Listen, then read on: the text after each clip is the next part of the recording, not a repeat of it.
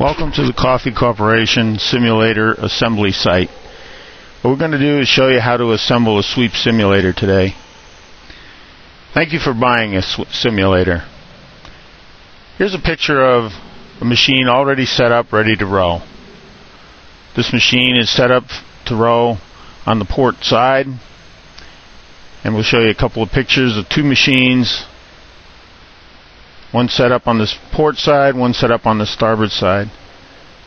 The parts that come with the machine can be configured to row either a port or as starboard. So the choice is yours. So these are the tools required. There are 3 Allen wrenches, a 1/4 inch, a 3/16, and a 5/32. They should fit all the sizes of the fasteners you need to assemble the machine. Examine the box when you get it. Make sure there's no damage. If there is, report it to the shipper and also report it back to us. Enclosed, you'll find all the parts you need to configure this machine. Start by putting the foot on the outboard tube of the rigger. Loosen the T-nut handle and put the foot in place over the 5/16 stud. And there's a little washer that goes underneath the handle. Be sure to put that on. Adjust this about part way, just to hold up the end of the rigger while you're going to attach it. Makes it easier to position. So you see, set the machine up like this on whichever side you want to configure the machine on. We'll set this one up for a starboard row. So on the side of the machine, you'll find 5/16 Allen head cap screws. You remove these screws on both sides of the machine, and you'll be able to slide the seat in place. These nuts serve as a stop for the keeper. So once you get the seat in place, make sure it rolls smoothly, and then slide it back and put in the 1/5/16 on the side that you're away from the setup.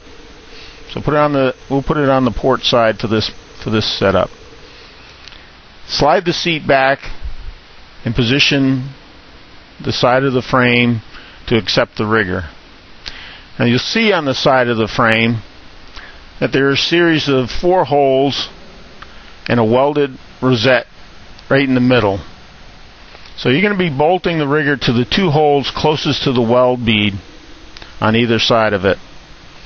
Position these, line up the 5/16 bolts with a washer underneath and put them in place. Snug these down on both sides, and then adjust the foot so that the rigger is level with the frame and all the feet are equal on the machine. Tighten these Allen head cap screws down with a 1/4 inch Allen wrench provided.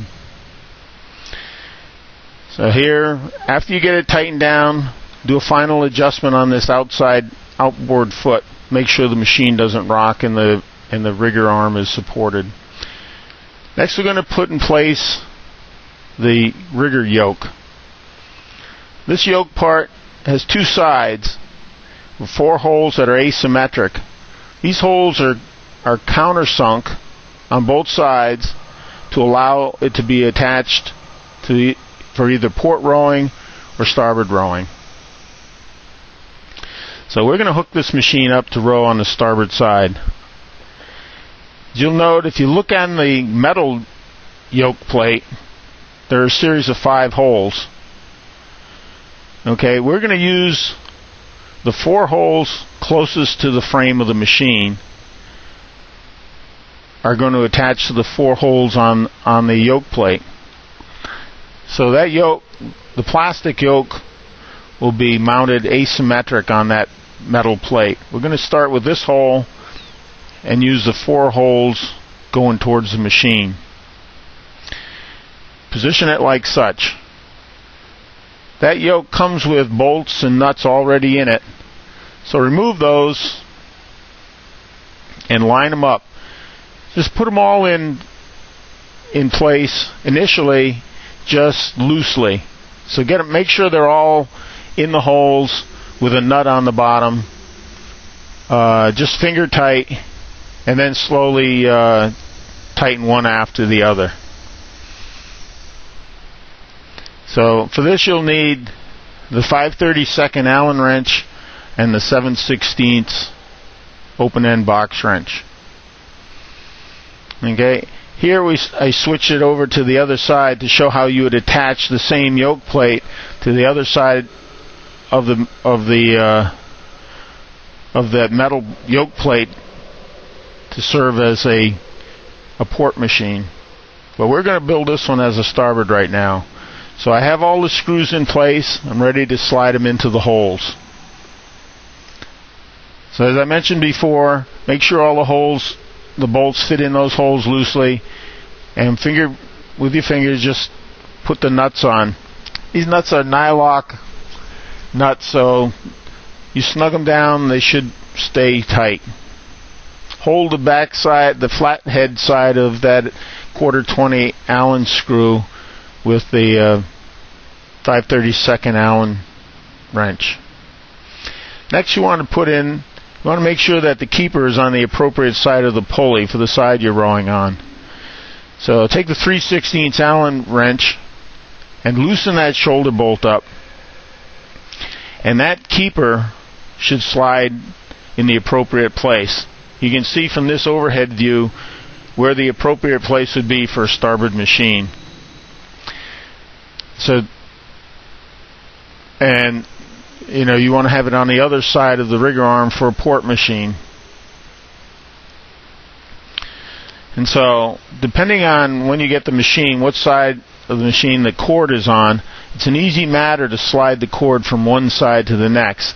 Just lift the front cover and slide the cord through the slot between the bottom of the cover and the side. Pinch the loop together, feed it underneath that keeper, making sure it stays in the pulley groove.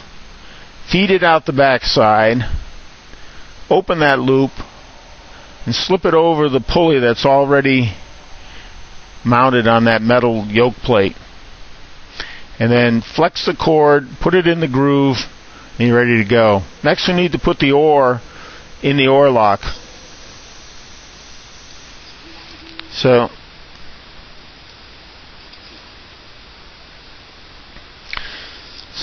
now you can see, now we want to put the clamp on the back side. These clamps can be adjusted to set the inboard of the oar. You see I leave a gap on the back side. That can tell if you're pushing your oar in and out or not.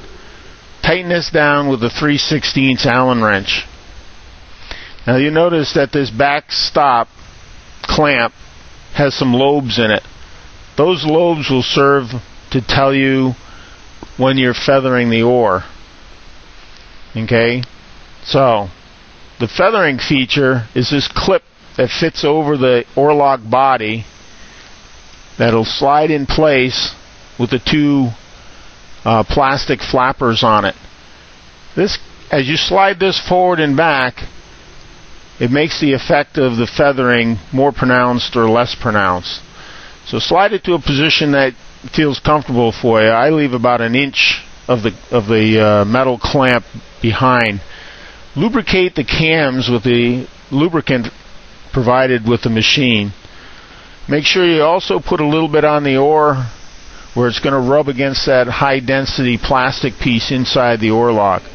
Note that that plastic piece is towards the machine side when you pull on the handle. Here's another view on it. This lubricant is specially formulated, and it doesn't take very much, and it should stay on the surface as you row. Now you'll find that the machine is fitted to accept the Nelson Kellerman speed coach. Slip this right in place, and you should be good to go. Now, it's noted that the calibration function of this device has 4 significant digits, and I'll talk to you by phone on how to set that up. Thanks for ordering Coffey Simulator, and good luck with your new sweep machine.